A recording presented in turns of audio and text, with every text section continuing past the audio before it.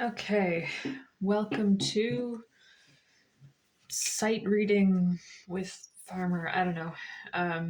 Once again, found a page that doesn't have a lot of red on it. The only red is this section over here, the revolt in Samaria. Sorry. So we're not going to do that one. Instead, we're going to be looking at the fall of Egypt from late 323 to spring 321 before Common Era. This is from the source Arian, Anabasis 3, Book 3, 1 to 1.1 to 1.2. So Arian is a Greek source, I believe. Yeah, definitely Greek. And the Anabasis is specifically about Alexander the Great. So this is about Alexander the Great taking over Egypt, basically, which was just before he survived a little bit, just before the Ptolemies. Anyways, Alexander set off for Egypt. His initial goal on the seventh day after leaving Gaza. Uh, Sorry, I read that wrong. I mean, I read the words right, but the inflection was wrong. Alexander set off for Egypt, his initial goal. On the seventh day after leaving Gaza, he reached Pelusium in Egypt. His fleet sailed alongside him from Phoenicia to Egypt, and the ships anchored at Pelusium. When the Persian Mazakes, who was the satrap of Egypt appointed by Darius, discovered how the battle at Issu had gone, that Darius had taken to despicable flight, and that Phoenicia, Syria, and most of Arabia were in Alexander's hands, he offered Alexander a friendly welcome into the cities and country. All right, so we got a couple notes. Pelusium in Egypt, note 1. For the logistics of crossing the Sinai Desert Sea, this particular source, note that Napoleon's army in 1799 took 8 days. Unfortunately, none of the Alexander writers describe the crossing in any detail.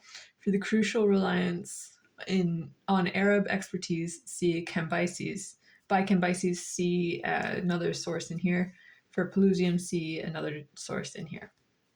All right, so so that's a day faster than Napoleon, which was more than 1,000 years later, almost 2,000 years later. It was 2,000 years later. Okay, which doesn't really mean much. It could be Alexander's armies and animals and stuff were better at desert travel than the French, but whatever.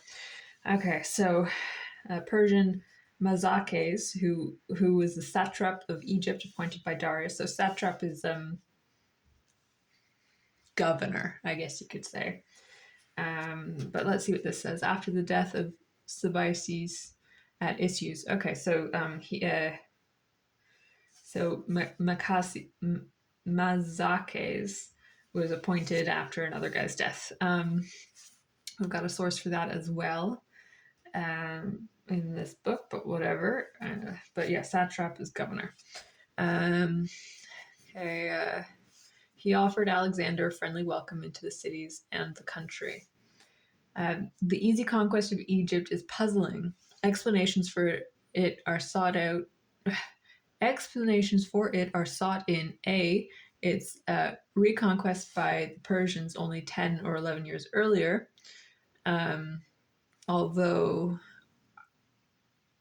Artaxerxes III reportedly brutal treatment of the country on that occasion cannot be accepted uncritically.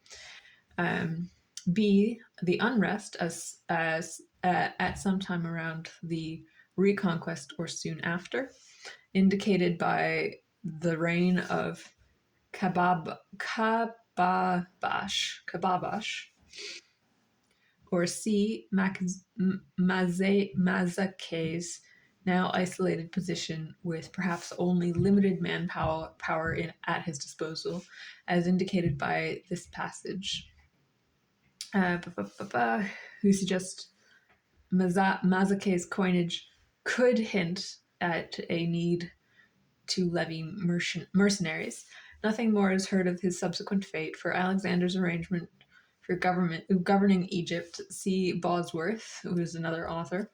Burton, Burstein.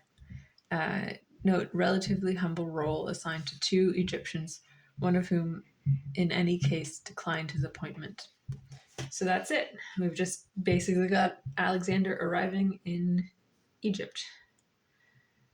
Probably along the Delta, it says across the desert. I can't quite figure out where he ended up. I was expecting Alexandria, but this doesn't appear to be that. Oh well, until next time.